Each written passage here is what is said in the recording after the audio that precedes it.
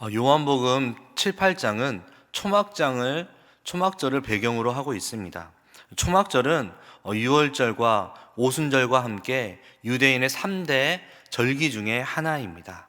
그래서 요한복음 7, 8장에서 다루어지는 말씀은 연대기 순으로 본다면 예수님의 공생의 마지막에 일어난 일을 기록하고 있습니다.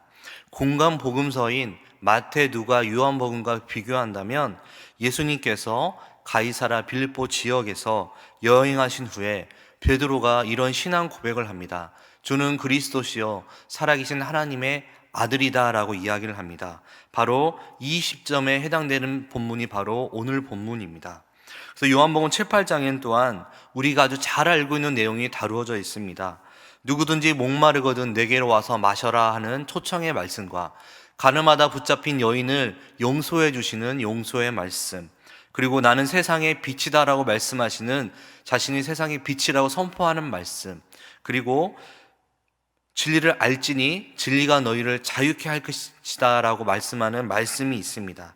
오늘 우리는 요한복음 7장 25에서 36절까지 말씀을 통하여서 두 가지를 함께 같이 나누도록 하겠습니다. 첫 번째로 메시아를 알지 못하는 사람들입니다. 25에서 29절입니다. 예수님께서 태어나신 곳은 여러분도 잘 알다시피 바로 나사렛이라는 동네입니다.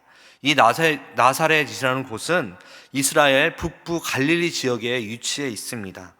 그리고 갈릴리 아래 지역이 사마리아 지역이고 그 밑에가 유다 지역이며 그곳에 바로 예루살렘이 있습니다.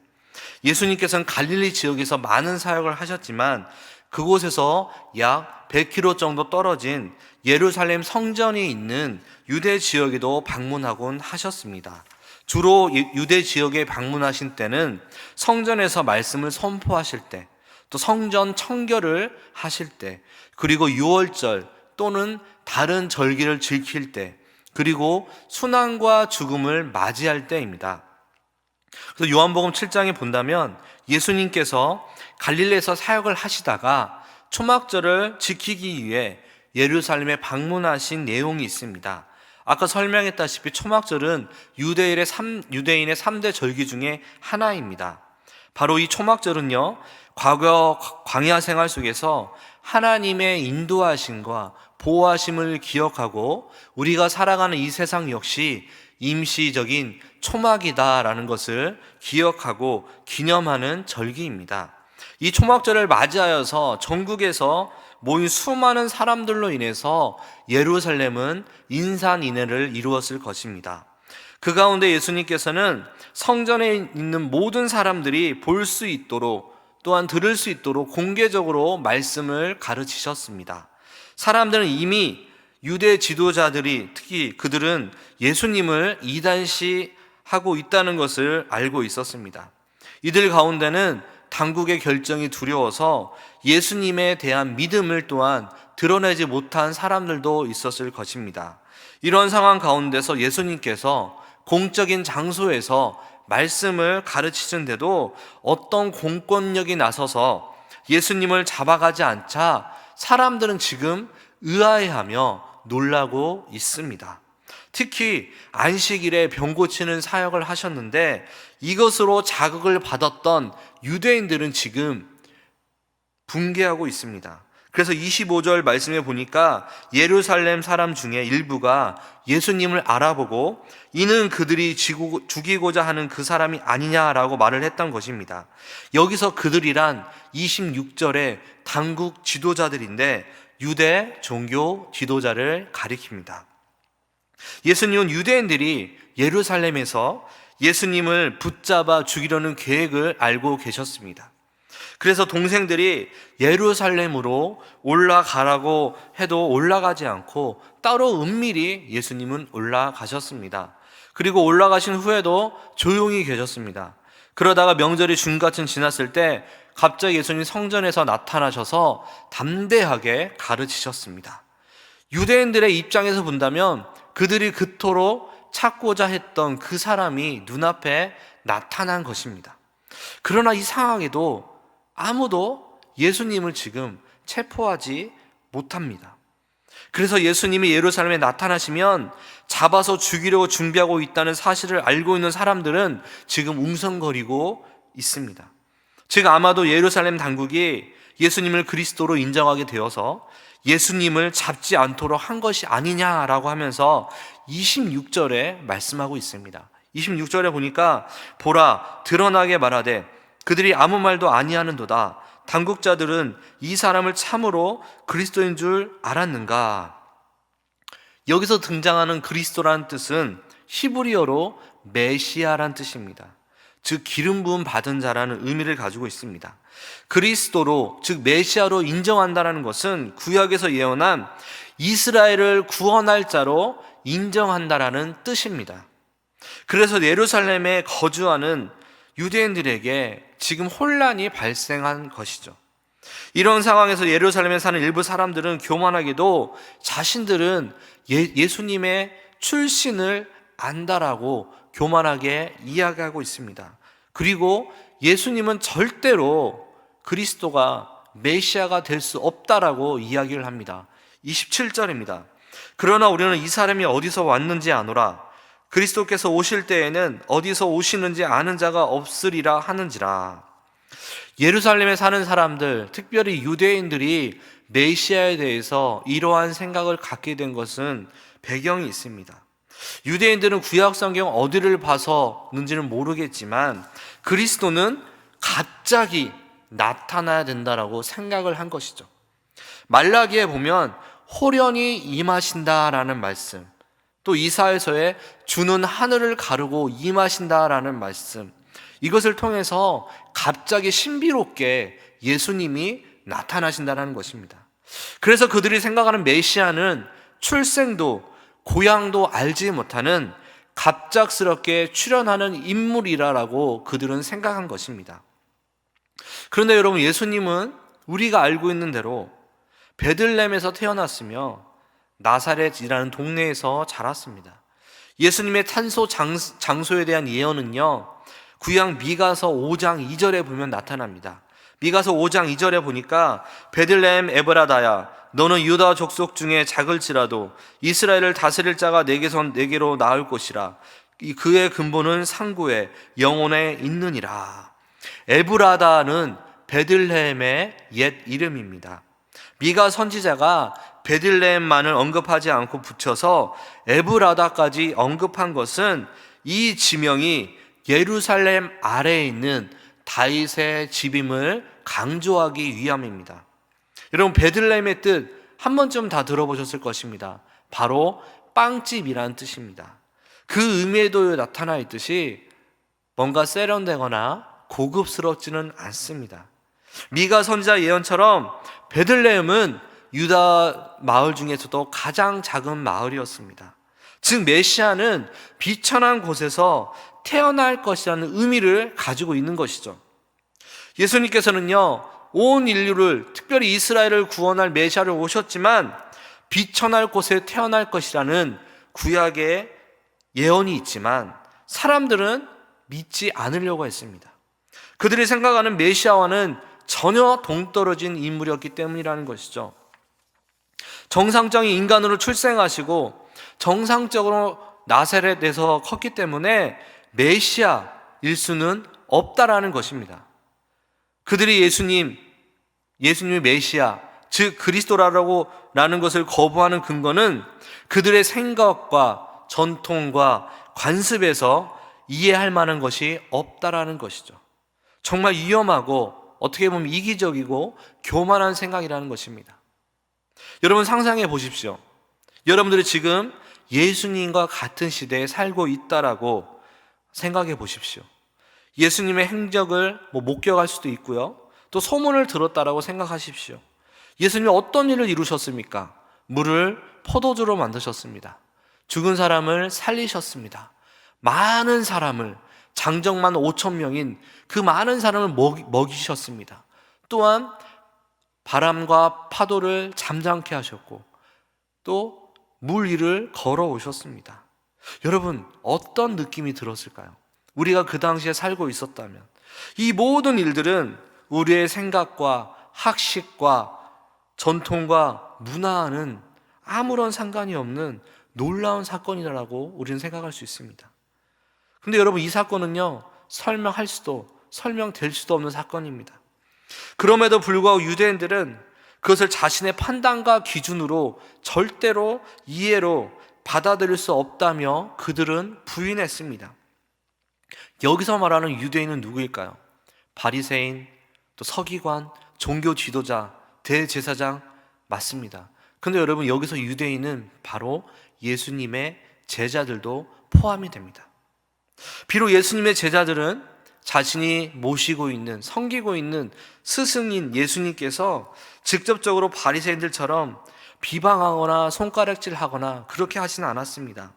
하지만 그들이 바라보고 생각하고 있는 메시아와 예수님의 상은 그들이 바라는 메시아가 아니었다라는 것이죠. 그들 역시 자신들이 생각한 머릿속에 그려오던 메시아는 바로 자신이 섬기는 예수님이 아니었어요. 그렇기 때문에 예수님께서 십자가에 못 박히셨을 때 그들은 절망했고 더 이상 비전이 보이지 않아서 그들은 다 뿔뿔이 흩어지고 도망친 것이었습니다. 그들에게 있어서 예수님의 죽음은요, 극복해야 될 과정이 아니라 패배 그 자체였고, 그래서 그들은 예수님과 함께, 예수님의 죽음과 함께 예수님을 다 떠나 버린 것입니다. 바로 이런 인간적인 판단과 경험을 통해서만 바라보려고 했던 예수 그리스도에 대한 이해였기에 그들은 무지할 수밖에 없었다라는 것이죠. 사람들의 이러한 무지한 생각과 발언에 대해서 예수님은 이렇게 답변을 하십니다. 28, 29절에 보면 예수님께서 스스로 온 것이 아니라 보내심을 받았다고 하셨습니다. 그러면서 예수님은 너희는 나를 보낸 자를 알지 못하지만 나는 안다라고 하십니다. 그 이유는 자신이 그에게서 났고 그가 자신을 보내셨기 때문이라는 것이죠. 곧 예수님은 자신이 하나님께로서 났고 하나님으로부터 보내심을 받았다라는 것입니다. 예수님께서는 유대인들이 부분적으로 예수님이 누구인지, 그가 어디 출신인지를 알고 있다는 사실을 인정하셨습니다. 그러나 중요한 것은 지금 예수님을 보낸 분이 누구인지 그들은 알지 못한다라는 것이죠. 즉 그들은 지금 하나님을 알지 못한다라는 것입니다. 예수님은 그들이 알지 못하는 것 두 가지를 말씀하십니다. 하나는요, 예수님이 알고 있는 하나님입니다. 어느 누구도 예수님이 하나님을 알고 있듯 알지 못합니다. 오직 하나님을 바로 아는 방법은요, 예수님을 통하는 방법밖에 없습니다. 이것은 우리가 구원받는 것도 마찬가지입니다. 예수님 외에는 우리에게, 예수님을 통해서만이 우리에게 구원이 있다라는 것이죠. 하나님은요, 그 방법을 제안하셨습니다. 오직 예수님을 통해서만 하나님을 바로 알 수 있고 우리는 구원받을 수 있다는 것이죠. 또 다른 하나는요, 예수님의 영원한 출생입니다. 우리는 예수님께서 언제 어떻게 나셨는지 알지 못합니다. 우리는 그 방법을 알지 못합니다. 우리는 또한 그 시간 역시 알지 못합니다. 단지 영원 전에 하나님으로부터 나셨다는 것밖에 알지 못합니다. 거기에는 시간이 없습니다. 방법을 역시 모릅니다. 단지 그리스도께서는 창조의 방법이 아니라 직접 아버지로부터 물러받으셨고 모든 점에서 하나님과 같다라는 것이죠. 그는 단지 보냄을 받은 것이지 출생하신 것이 아닙니다. 내가 그에게서 났고 그가 나를 보내셨다. 바로 이 말이죠. 그들은 그리스도의 출생은 단지 보냄을 받은 것이라는 사실을 알지 못했다라는 것입니다. 예수님은요, 이 있는 사실 그대로를 지금 무리들에게 말씀하고 있습니다. 예수님이 말씀하신 것에는 거짓이 하나도 없다라는 것이죠. 하지만 예수님의 이 말을 듣고 오히려 군중들은 격노했습니다. 이들은 예수님을 붙잡아 죽이려고 했습니다. 무리들은 예수님께서 하나님을 자신과 동등되게 이야기하신 것에 대해서 하나님을 모욕했다라고 생각을 하시죠. 두 번째로 메시아를 잡지 못하는 사람들입니다. 30에서 36절입니다. 예수님께서 자신이 하나님께로서 났고 하나님께서 보내셨다라고 말을 하자 유대인들의 반응은 예수님을 잡아 죽이고자 했습니다. 당시는요, 초막절이라고 했습니다. 수많은 사람들이 성전에 모였을 것입니다. 큰 소동이 있었을 것입니다. 한번 상상해 보십시오. 곳곳에서 예수님을 욕하는 소리, 예수님을 죽이라는 소리가 들려옵니다. 그러나 30절에 보면 저희가 예수님을 잡고자 하였으나 손을 대는 자가 없었더라 라고 이야기하고 있습니다. 예수님을 잡고자 했지만 아무도 잡지 못했고 손조차도 대지 못했다는 것이죠. 요한복음 전체적으로 볼 때 그들이 예수님을 잡고자 한 것은 예수님이 신성모독을 했기 때문이라고 생각했기 때문입니다. 요한복음 5장 17절에 보면 예수님께서 내 아버지께서 이제까지 일하시니 나도 일한다라고 하시자 그때부터 유대인들은 예수님을 잡아 죽이고자 했습니다. 또 여러분, 예수님께서는 처음 가버나움에서 말씀을 전하실 때 예수님은 가버나움 사람들의 믿음이 이방인들보다 못하다로 책망하자 그들은 그 이야기를 듣고 분개하면서 예수님을 끌고 절벽까지 갔지만 그들은 예수님을 절벽 밑으로 떨어뜨릴 수 없었습니다. 예수님은 당당하게 그들 사이를 지나서 가셨습니다. 이번에도 유대인들은 예수님이 예루살렘에 올라오기만 하면 예수님을 잡아 죽일 생각을 했습니다. 그런데 이상하게 예수님을 잡을 수가 없었습니다. 그 이유가 어디에 있었을까요? 그것은 뒤에서 하나님의 강권적인 손이 유대인들을 붙잡고 있었기 때문이라는 것이죠. 여러분, 우리는요, 계획을 잘 세워놓고 최선을 다한다면 이루어질 것이라고 생각을 합니다. 그러나 우리의 삶을 보면 우연의 변수들이 너무나 많이 있습니다. 그래서 여러분, 우리 중에는 그 중에는 사람의 힘으로는 도저히 통제할 수 없는 일이 일어납니다. 마치 지금 우리가 겪고 있는 이 코로나 사태와 마찬가지라는 것이죠. 여러분, 그렇지만 이것은요, 우리에게 일어난 이런 일들은 단순한 우연이 아닙니다. 하나님께서 개입하시는 것이죠. 모든 것이 인간의 뜻과 마음대로 되지 않도록 하나님께서 간섭을 하시는 것입니다. 섭리라는 신학적인 용어가 있습니다, 여러분. 이 섭리의 뜻은요, 하나님은 자신이 창조하신 만물을 그 계획하신 목적에 합당하게 보존할 의무가 있기 때문에 이를 위한 모든 과정을 바로 섭리라고 합니다. 좀 더 쉽게 이야기한다면 하나님은 우리의 인생과 이 땅의 역사에 대해서 그분만의 계획이 있다라는 것이죠. 그래서 그 많은 계획을 이루시기 위한 수많은 절차와 과정에 대한 생각도 하나님은 가지고 계십니다. 그리고 하나님은 인생의 역사와 그 속에서 계획하신 것을 이루기 위해 수많은 사건에 간섭하셔서 결국에는 하나님의 뜻을 이루신다라는 것이죠. 그래서 이 모든 것을 묶어서 우리는 섭리, 하나님의 섭리라고 이야기할 수 있습니다. 여기에 대해서 숭실대에 있는 김희권 고수님 이렇게 이야기합니다. 신적인 우발성이라고 이야기합니다. 신이 의도를 가지고 만든 우연을 가장한 필연이라는 것이죠. 하나님 편에서는 의도를 가지고 이 모든 상황을 움직여 가고 계시는데 그 속에 있는 인간들 편에서는 전혀 의도가 없는 것처럼 움직인다라는 것입니다. 여러분, 여러분의 삶을 한번 생각해 보십시오. 모든 것이 내가 원하는 대로, 내가 계획한 대로 이루어지고 있습니까? 전혀 그렇지 않습니다. 전혀 생각하지도 않았던 우연에 의해서 우리의 인생길이 달라졌다라는 것입니다. 이에 대해서 우리가 가져야 할 태도가 무엇일까요? 우리의 인간의 형편을 주장하시는 더 크신 분이 있다라는 것입니다.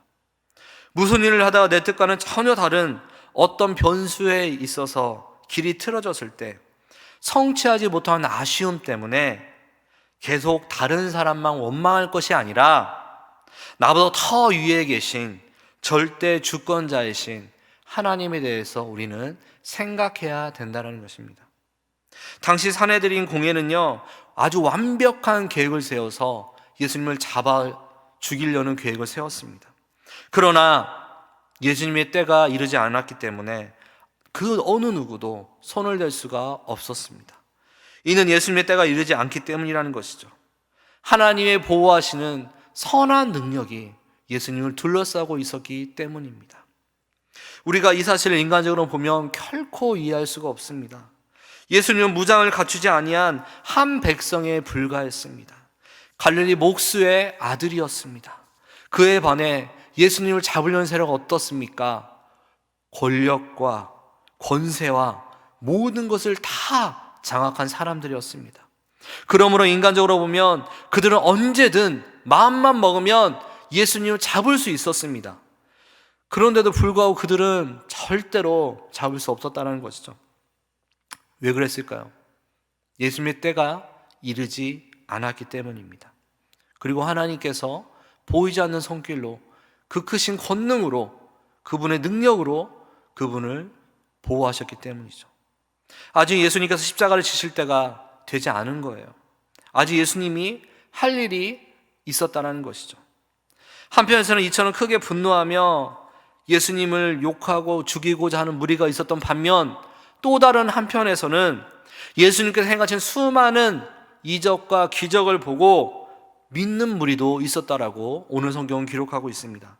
31절에 보면 그런 가운데 많은 무리 가운데서 예수님을 믿는 역사가 있었다고 합니다. 그들은 그리스도께서 오실지라도 그 행하실 표적이 이 사람의 행한 것보다 더 많다라고 하였습니다.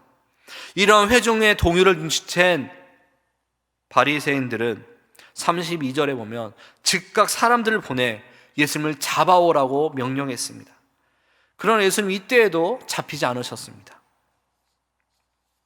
여기서 무리의 수군거리라는 것은 말은 유대인 지도자들이 예수님을 체포하기로 모든 계획을 다 세워놓고 체포하지 못한 것을 보고 사람들이 수군거렸다는 것입니다.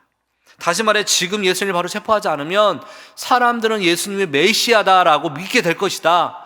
그래서 지금 유대인들은 두려운 거예요. 지도자들은 너무 두려운 거예요. 그래서 당장에 잡아들이려고 하는 것이죠. 그런데 체포하러 온 사람들을 본 예수님은요, 조금도 당황하지 않고 두려워하지 않고 피하지도 않으셨습니다. 오히려 그들에게 이런 말씀을 하십니다. 33, 34절에 예수께서 이르시되 내가 너희와 함께 조금 더 있다가 나를 보내신 이에게로 돌아가겠노라. 너희가 나를 찾아도 만나지 못할 터이요 나 있는 곳에 오지도 못하리라 하시니, 예수님은 체포하러 온 사람들을 피하지 않으셨습니다. 그들에게 조금만 더 시간을 달라 사정하지도 않았습니다. 며칠만 봐주십시오 이러지 않으셨습니다. 비굴하게 그러지 않았습니다. 나중에 내가 자수하겠다 이런 말도 하지 않았습니다. 예수님은 자신이 잡히지 않을 거라는 자신감과 확신과 담대함이 있었습니다. 그런데 사람들은 이 말에 대해서 전혀 이해하지 못합니다. 35절에 보니까 이에 유대인들이 서로 묻되 이 사람이 어디로 가기에 우리가 그를 만나지 못하리오? 헬라인 중에 흩어져 사는 자들에게로 가서 헬라인을 가르칠 터인가? 이 말씀에 유대인들은 엉뚱하게도 예수님이 자신의 사역이 예루살렘을 포함한 유대와 갈릴리 지역에서 방해를 받으니까 멀리 헬라 사람들이 사는 곳에 가서 헬라인들을 가르칠 것이다 라고 그들은 지금 오해하고 있는 것입니다. 예수님의 이 말씀의 의미는요, 십자가의 고난, 죽음, 그리고 부활을 의미합니다. 그리고 그 이후에 하나님께로 다시 간다는 말씀입니다. 그러므로 사람들이 예수님이 계신 하나님의 우편에 가지 못한다는 사실은 당연하다는 것이죠.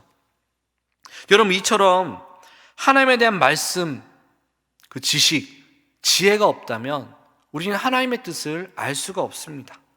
그래서 여러분, 우리는 지식과 지혜의 말씀을 알기 위해서 늘 하나님께, 성령님께 도우심을 구해야 합니다. 말씀을 마무리하겠습니다. 오늘 자신을 잡아 죽이려 하는 수많은 유대인들 가운데 계시는 예수님의 모습을 한번 상상해 보십시오. 예수님은요, 자기를 욕하고 자기를 당장이라도 잡아 죽이려고 하는 그들 앞에서, 그들에게 둘러싸이는 이 주변 환경에 그들은, 예수님은 매이지 않으셨습니다. 주변에서 폭풍우가 몰아치듯 자신을 죽이려는 사람들이 소리를 지르며 욕을 내뱉고 있지만 예수님은 절대로 휘둘리지 않으셨습니다. 예수님은 한결같이 하나님께서 자신을 이 땅에 보내신 그 목적을 이루시기 위해서 거기에 집중을 하고 계십니다. 그리고 예수님은 그 많은 반대 세력들을 이겨내시고 끝까지 예수님은 하나님의 뜻을 이루십니다. 수많은 적대 세력에 둘러싸여 계신 예수님처럼 우리들도 우리를 힘들게 하는 여러 가지 상황 가운데 둘러싸일 때가 있습니다. 상황과 환경이 극심하게 어려워지고 사람들에게 괴롭힘을 당하고 사람 때문에 우리가 어려움을 당할 때도 있습니다. 이런 폭풍우 치는 일상에 놓여 있는 우리들은 어떻게 해야 할까요? 오늘 본문 속에 있는 예수님의 모습을 한번 기억해 보십시오. 주님은 주변 환경에 얽매이지 않으시고 하나님만 온전히 바라보고 계십니다. 그리고 숱한 위험 속에서도 하나님의 뜻을 온전히 이루십니다. 사랑하는 성도 여러분, 이 코로나라는 상황으로 우리는 일상이 없어졌습니다. 우리는 하루에도 몇 번씩 안전 문자가 울려대고 이 코로나는 점점점 퍼지고 퍼져서 안전하던 우리가 살고 있는 이곳에도 코로나가 번지고 있습니다. 그래서 우리는 예배를 함께 모여 드리지 못하고 있습니다. 그러나 여러분, 이러한 상황 속에서 휩쓸리지 마시기 바랍니다. 하나님을 바라보시기 바랍니다. 환경을 그 속에 휘둘리지 마시고 한결같이 하나님께 집중하시기 바랍니다. 어려움과 위협 속에서도 끝까지 주님의 뜻을 이루어 살아가는 사랑하는 여러분 모두가 되시기를 주님의 이름으로 축원합니다. 기도하겠습니다. 하나님 아버지, 어떠한 시련과 상황이 올지라도 하나님만 온전히 바라보고 하나님의 뜻을 온전히 이루어드리는 우리 모두가 되게 하여 주시옵소서. 하나님, 코로나로 인해서 우리가 살고 있는 이 세상이, 하나님 우리의 일상이 많이 어렵습니다. 하나님, 코로나는 멈추게 하여 주시고 종식이 오게 하여 주시고 백신의 개발과 백신의 확보가 있게 하여 주셔서 다시금 하나님 우리가 일상을 되찾고 예배하는 즐거움을 되찾게 하여 주시옵소서. 우리를 오늘도 지켜주심에 감사를 드리며 예수 그리스도의 이름으로 기도하옵나이다. 아멘.